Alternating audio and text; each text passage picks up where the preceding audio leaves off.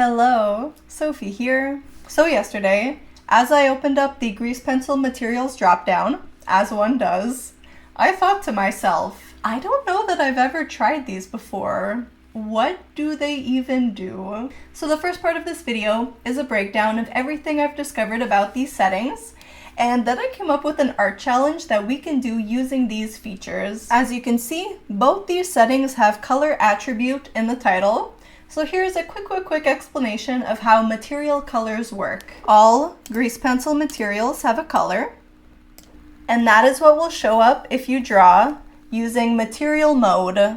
Changing the color of a material will change the color of all of the strokes in the scene with this material. This color is visible in 3 of the viewport shading modes: solid view mode, material preview, and render view mode. If you draw strokes in color attribute mode, then these strokes can be any color at all, but these colors are only visible in 2 modes: material preview and render view mode.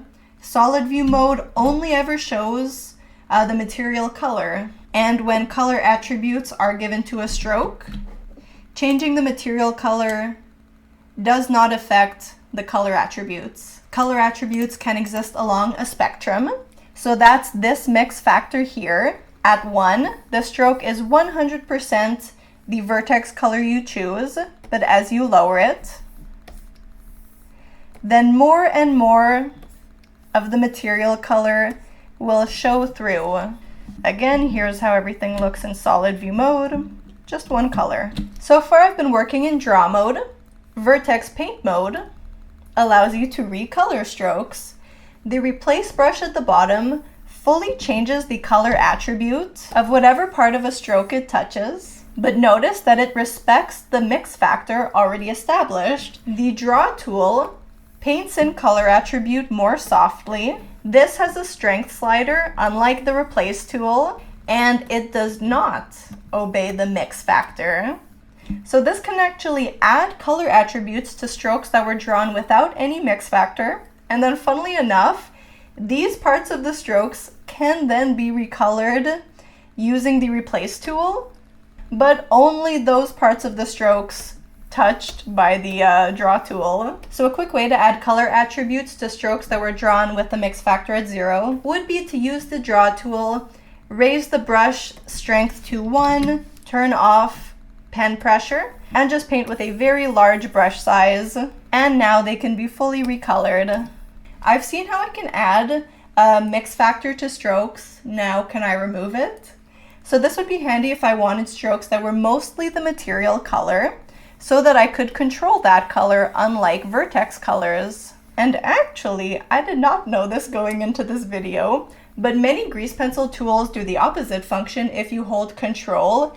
And indeed, I've discovered that using the draw tool and holding control removes blend value or mix factor from these strokes, turning them back into completely the color of the material. So now that we know a bit more about color attributes and mix factor, what I'm seeing happen with this first setting, the convert materials to color attributes, is a few things. So the strokes became fully the material color that the material was at the time, but now this color is a color attribute, and the actual color of the material has become black. I know that the mix factor is essentially at 1 for these strokes because I can use the replace tool and recolor them fully. So for me, my pieces fully use vertex color, and converting all of the beautiful different color attributes in a piece to just the 1 single material color would not be useful for me. So in trying to think of what this could be useful for, who this could be useful for, I know that some people do use material colors more intentionally. Material colors allow them to draw and to keep modifying the colors of those materials. And so maybe the idea, as I was thinking it through, is if you intend to start a piece using different material colors, like to build up a base from a limited color palette, and then you could convert those colors to color attributes and modify them with tools like the vertex paint tools. And if this were me, this is the point at which I would start painting on top of these base colors with some vertex colors. But anyways, now onto the setting which has me the most excited to share this video. So I'll use once again the solid stroke material mix factor at 1, and I'll just make a few strokes with some different color attributes. And then what happens when I extract palette from color attributes is in this drop down here I can see I now have a palette. It was created using these 3 colors that I just used. Pretty cool. If in vertex paint mode I were to use the replace tool to recolor some of the vertices of these strokes, now the palette that I extract, and it's a new one from the first one, it now includes these new colors that I added using the replace brush. Getting cooler. And then, still in vertex paint mode, if I use the draw tool now to brush in color into all of these strokes along a gradient, what happens now is the palette that I extract is much bigger. It contains all of the colors along these lovely gradients. Where I now to paint with this, that's a pretty nice base of colors to pick from. Some things I've noticed about this tool are that it seems to take the color attributes from all of the materials in your scene. Also, delete all of these. The mix factor has 0 effect on the palette that gets created. Interestingly, even if you draw a stroke with a mix factor at 0, it will still get counted. Also, it does work, I'll need to raise the mix factor for that. It does work with fill materials. It will extract a palette from them, but it got mad when I tried to use this setting with texture fills. I use a lot of texture fills in my work. I find them a really fun way to add texture. And maybe this is because fill textures have their own blend value slider in the material settings. So when I use a texture fill, it'll extract a palette. It'll just pretend as though my beautiful fill textures don't exist, which is rude. Yeah, turn them back to a solid fill and they will be included in the palette. And I did notice the same thing having to do with gradient fills. So that is about everything that I've been able to deduce about these functions. And now, to put all of this into practice, I came up with a little art challenge. You can play along, it's very simple. So today, we will be letting Blender decide our color palette. So I'll be working from this little sketch that I made yesterday. I am imagining a cat of any color in front of a nature background. And I'll include a link below to this sketch if you want to play along with the same base, or feel free to use any sketch or line art that you have lying around. So first up, I'll create a grease pencil blank, a separate object for this. So it just has a black stroke material. This is essentially a solid stroke material. And then in draw mode, I will be using the pen brush. I'll be using color attribute mode with the mix factor all the way up at 1. And then in this drop down, I will give this brush some randomized settings. So I have this video all about these grease pencil settings if you'd like a more in-depth look. But basically, I'm just going to be raising all of these to 1, not changing anything else. So now, when I make a stroke, that is something. Every single vertex in the stroke has a random hue, random saturation, and a random value. And yes, I can turn all of this into a color palette. But that's a bit much. And so I'll also raise, again in the stroke dropdown, the simplify value of this stroke to 0.1. Raising the simplify value is just going to reduce the amount of points or vertices in a stroke. So this one I originally drew, you can see in edit mode, that is a lot of vertices. And so a stroke can be multiple different colors, but each vertex can only be one color. And so by reducing the amount of vertices, it's also going to make it have to merge some of the colors together, and so I'll have a more manageable color palette to start from. So now, in edit mode, I'm just going to erase this. Back in draw mode, I am going to draw a Z shape.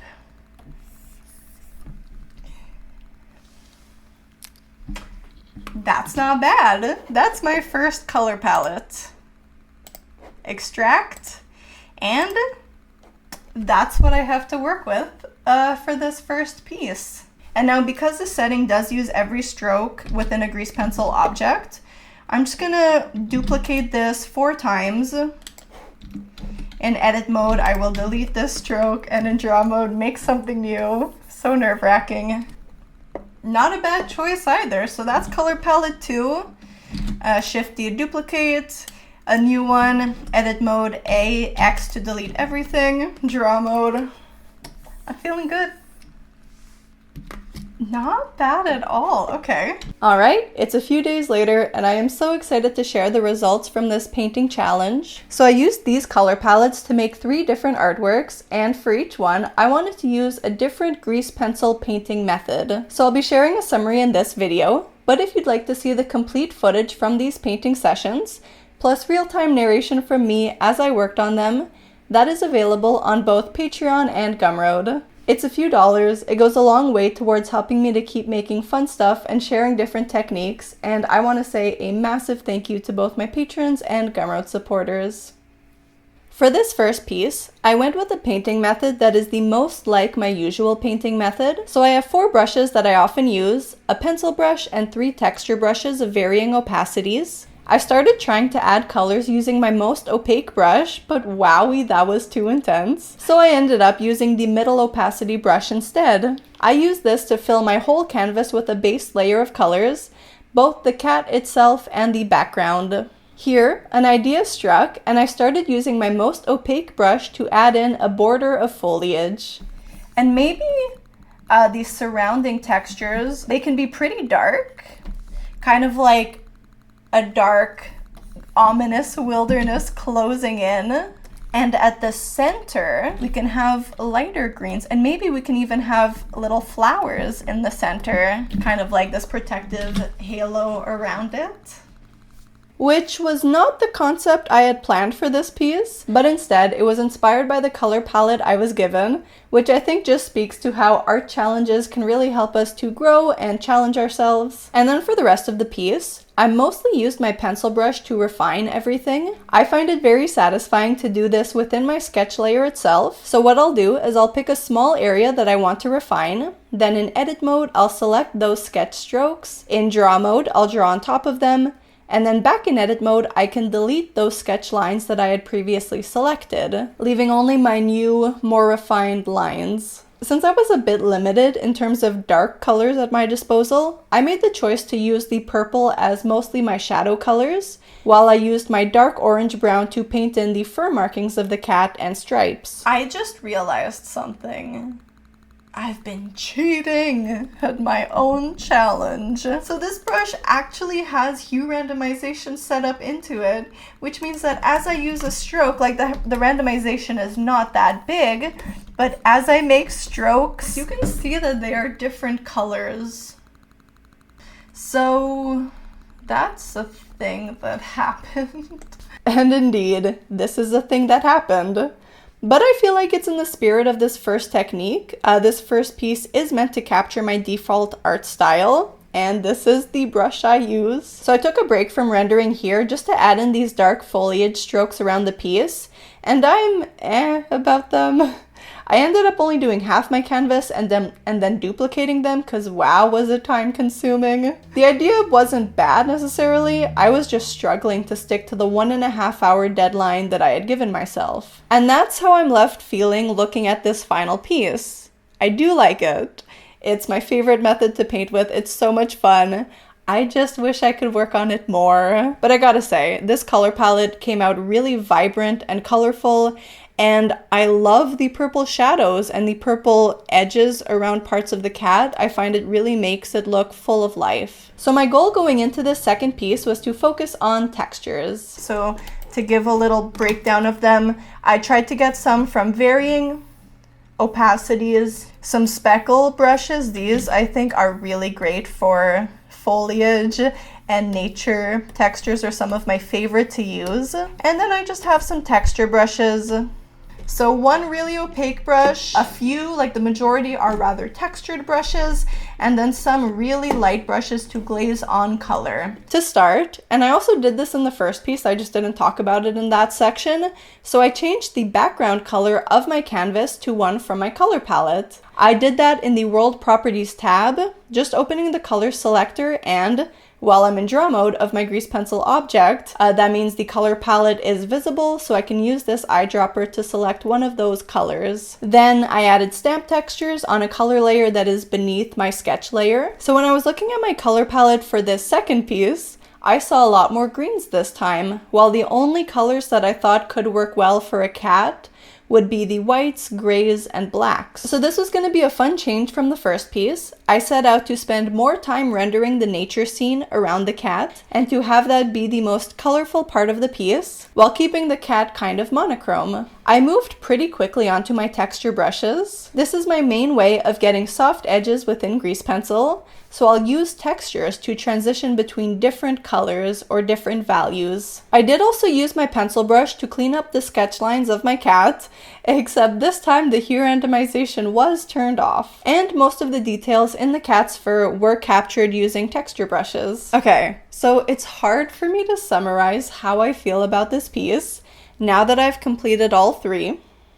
So at the time, I had no way that I really knew of to add soft, smooth transitions to my colors with grease pencil, so my solution has long been to do this with textures like I talked about. It's a method that I've always found fun. It's a style that I think is very charming, and I really like this piece for what it is. So for this last piece, I had this half-baked idea of a new painting method, didn't even know if it would work, but I was like, okay, why not give it a try?